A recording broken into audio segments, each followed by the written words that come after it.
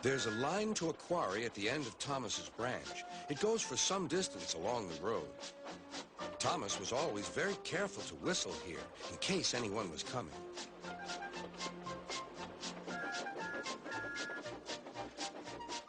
Early one morning, a large policeman was sitting close to the line.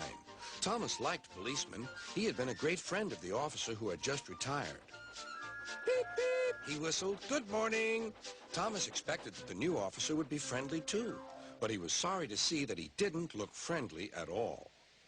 He was red in the face and very cross. Disgraceful, he spluttered.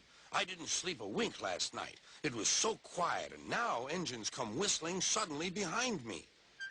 I'm sorry, sir, said Thomas. I only said good morning. The policeman pointed to Thomas. Where's your cow catcher, he asked. But I don't catch cows, sir. Don't be funny, snapped the policeman. He looked at Thomas's wheels. No side plates either. And he wrote in his notebook. Engines going on public roads must have their wheels covered and a cow catcher in front to protect people and animals from being dragged under the wheels if they stray onto the line. You haven't, so you are dangerous. Rubbish, said Thomas's driver. We've been along here hundreds of times and never had an accident. That makes it worse, the policeman answered. He wrote regular lawbreaker in his book. Thomas puffed sadly away.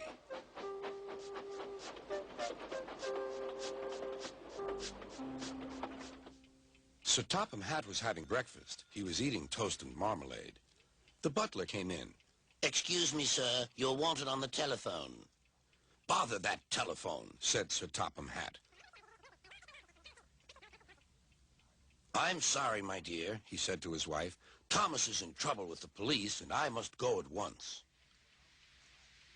At the station, Thomas's driver told Sir Topham Hatt what had happened.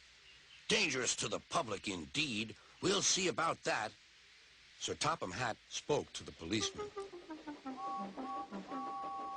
But however much he argued with him, it was no good. The law is the law, he said, and we can't change it. Sir Topham Hatt felt exhausted. I'm sorry, driver, he said. It's no use arguing with policemen. We will have to make those cowcatcher things for Thomas, I suppose. Everyone will laugh, sir, said Thomas. They'll say I look like a tram. Sir Topham Hatt stared. Then he laughed. Well done, Thomas. Why didn't I think of it before? We need a tram engine. When I was on my holiday, I met a nice little engine called Toby. He takes freight cars from the farms, but the trucks are taking over most of his work and he needs a change.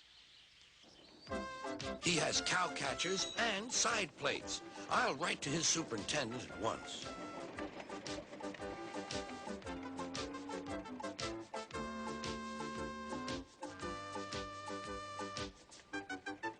A few days later, Toby arrived.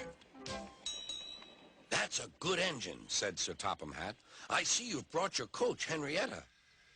You don't mind, do you, sir? Asked Toby. The station master wanted to use her as a hen house, and that would never do. No, indeed, said Sir Topham Hatt. We couldn't allow that.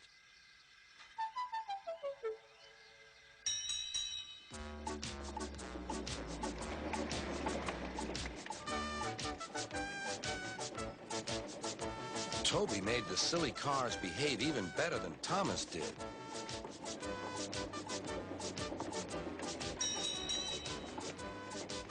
Hey, you!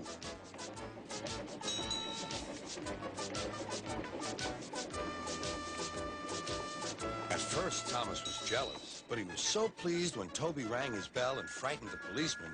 They've been firm friends ever since.